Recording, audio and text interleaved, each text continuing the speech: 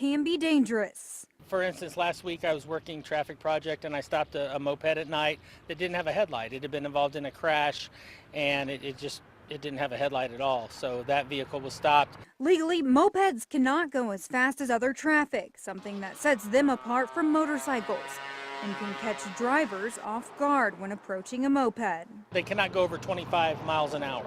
Okay, so even if they're not speeding, if they're going over 25 miles an hour, that's a violation of the moped statute. Moped operators only need to be 15 years old and hold a valid state-issued ID.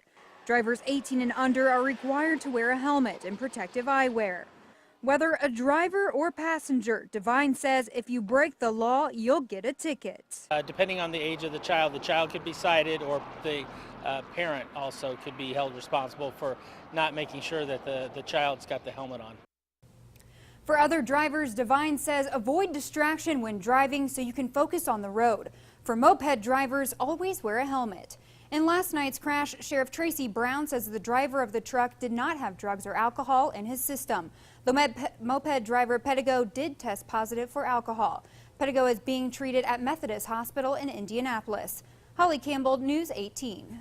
All right, Holly, thank you. A teenager comes out almost scratch-free after her SUV rolls on Interstate 65 this afternoon. Police dispatchers say it happened shortly after 2 just south of the State Road 38 exit in Tippecanoe County. The girl's mother, Brandy Martin, says she watched her 17-year-old daughter's wreck in her rearview mirror. Martin says her daughter swerved and then overcorrected the SUV. She says her daughter suffered minor scratches and did not go to the hospital. The family is moving from Illinois to New York.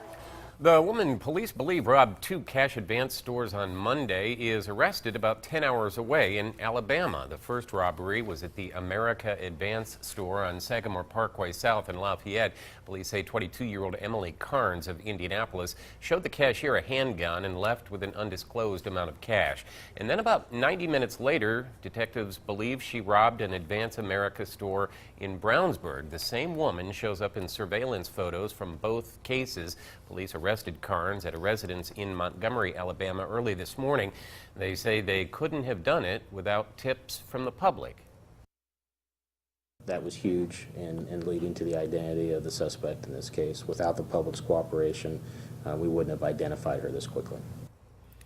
Carnes was arrested on a warrant for 2 counts of armed robbery and 1 count of theft. She's being held in Alabama pending extradition. And now Lafayette police are asking for the public's help in finding a man who was arrested more than a decade ago for sexual misconduct with a minor. 32-year-old Justin Corbett is the subject of this week's fugitive search. Police say Corbett is 5 feet 4 inches tall, weighs 165 pounds, and has brown hair and brown eyes. According to detectives, this month, the Tippecanoe County Prosecutor's Office filed a petition to revoke probation, and a warrant for Corbett was issued. It was in December of 2012 that police say Corbett was arrested for sexual misconduct with a minor. Anyone with information on Corbett's whereabouts is asked to contact the Lafayette Police Department at 807-1200 or the anonymous We Tip hotline at 1-800-78-CRIME. Well, another warm day and still not much of that needed rain in the forecast. No, and we don't really see it in the 7-day either. Let's check in with Chief Meteorologist Chad Evans. Hi, Chad. Yeah, I guess the good news is we've pushed the core of the heat wave a little more south and a little more west today. You'll notice it's 97 right now at St. Louis, 95 Des Moines. We've taken the edge off a little here. It's 89 right now at the station, but 88 at Chicago. Still 91 at Fowler, 91 Covington, but 87 at Remington, 90 at Morocco, and 87 at the Cass County Airport. But it only feels like about 89 to about 93 degrees. So the humidity is not really bad right now. And I think as we get into the overnight, as the temperature drops and the humidity increases, we'll see some areas of fog develop. We'll talk more about how dense that fog will get coming up, but you can see the overnight lows generally in that mid to upper 60s range, 67 by 5 a.m. and actually back to 87 at 11 a.m. tomorrow. And tomorrow's going to be a really hot day. We'll talk more about that and a few storms for the weekend here in a few minutes. All right, Chad, thank you. And that heat meant another early dismissal for students in Frankfort. High school administrators dismissed students at 1:15 this afternoon, just as they did yesterday. The building does not have air conditioning, and administrators say they'll decide on a daily basis whether school will be in session as long as the heat wave lingers. Nearly 24 new jobs are coming to Benton County during the next 2 years. News 18's Krista Henry joins us tonight with more on how an out-of-state company is investing almost $1.5 million into Benton County. Krista? Well, Jeff and Gina, it's a railroad company based out of West Virginia, and by 2015, they're hoping to have 22 new jobs in the Benton County area. After 18 months in the making, Appalachian Railcar Services out of West Virginia announced last week that they'll be building their newest facility in Benton County. They looked at the site. We had a couple different sites, and we had the perfect scenario for them. Norfolk Southern had a 3¼ mile disconnected track. And what they did with that was they now lease that to ARS. Benton County Economic Development Director Kelly Kepner says the company is investing $1.4 million in leasing, constructing, and equipping the 8,000 square foot facility in Earl Park. She says it will be built on the 700 block of US 41.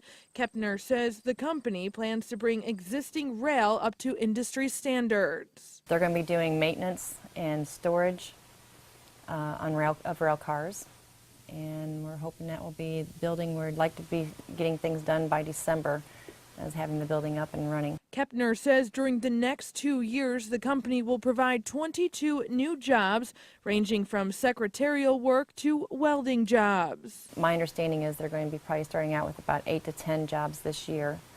I do know that they've already received over 40 or some applicants. We work really close with IB Tech, and they have the welding program that's going on there. And so a lot of people that we are going to be needing for these jobs are going to be welders. Kelly Kepner says Appalachian hopes to start hiring next month. For more information on where you can apply, head to our website at WLFI.com. Krista Henry, News 18.